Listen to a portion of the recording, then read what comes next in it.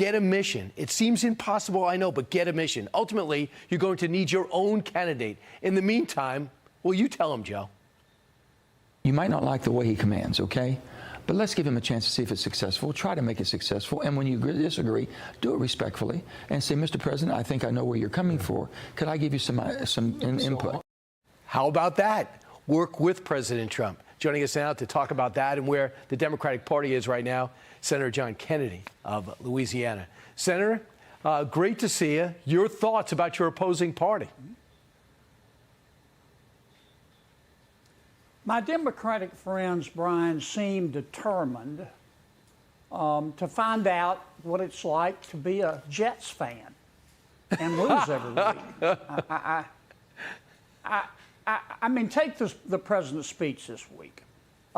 Any fair-minded person who watched it would have to conclude that he won the evening. He basically used the Democrats as a chew toy. Their opposition was twofold. It consisted of their little paddles that they held up. I thought Stephen Colbert said it pretty well. He said, I couldn't tell whether they were protesting or bidding on an antique tea set at an auction. Congressman Green's behavior was intriguing. Look, I don't hate the congressman. I don't hate anybody, but his behavior was butthead-like. I mean, it was very unbecoming. But it's more than that. The Democrats are mad at President Trump and Mr. Musk for scrubbing the budget. And Americans scratch their head and go, what's wrong with asking how they're spending our money? The Democrats are mad at people who have found wasted taxpayer money, but they're not mad at the people who are wasting it and have wasted it. And the position of the Democrats, it seems to me, they've decided to support the wasteful spending and the bureaucracy over the taxpayer. And I think that's why my Democratic friends are losing right now. I mean, so they're almost making it too easy for Donald Trump and your party by taking 80-20 issues and being on the 20% side. Also, when it comes to DOGE, most of the country is in support of what Elon Musk is doing. In Washington, you would think that he is the devil. Now, this week, a change. President Trump says, now that I have my cabinet secretaries in place, I want DOGE backing up, making a recommendation, and let the secretaries actually do the job of thinning out the herd and meet every 2 weeks. Can you bring me behind the scenes? What led to that change? We had a very good lunch this week with Mr. Elon Musk.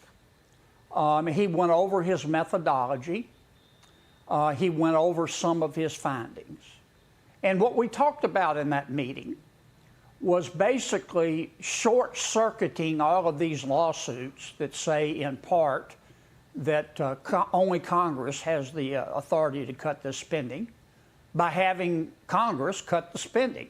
We're going to introduce bills to rescind all this spending porn that Mr. Musk has found. And that way, that will moot a lot of the lawsuits. Look, I think Elon Musk deserves a medal. I think his work has just been breathtakingly beneficial for the American people. And it shouldn't be surprising. I mean, he's doing what President Trump told him to do. He's scrubbing the budget. He's getting rid of spending porn. We've got a $36 trillion debt. Everybody knows that. When you have a $36 trillion debt, you do something about it. I mean, when you have hypothermia, you don't strip naked and run in the snow. Right. And the Democrats, they just want to keep spending. The Democrats' favorite form of spending is more. So, Senator, a lot of people are focusing on President Trump and immigration, a lot of success, and trying to bring peace to Ukraine and Middle East. I got it. You know the two stories that are percolating underneath are he's reining in the federal workforce, number one, and number two, he's trying to bring jobs and manufacturing back to America and reconfigure our whole economy where it was trending since the 1980s. Those are two subtle stories that might be bigger than the first two. And they all lead to one other story. and that's President Trump is going to get these high prices down.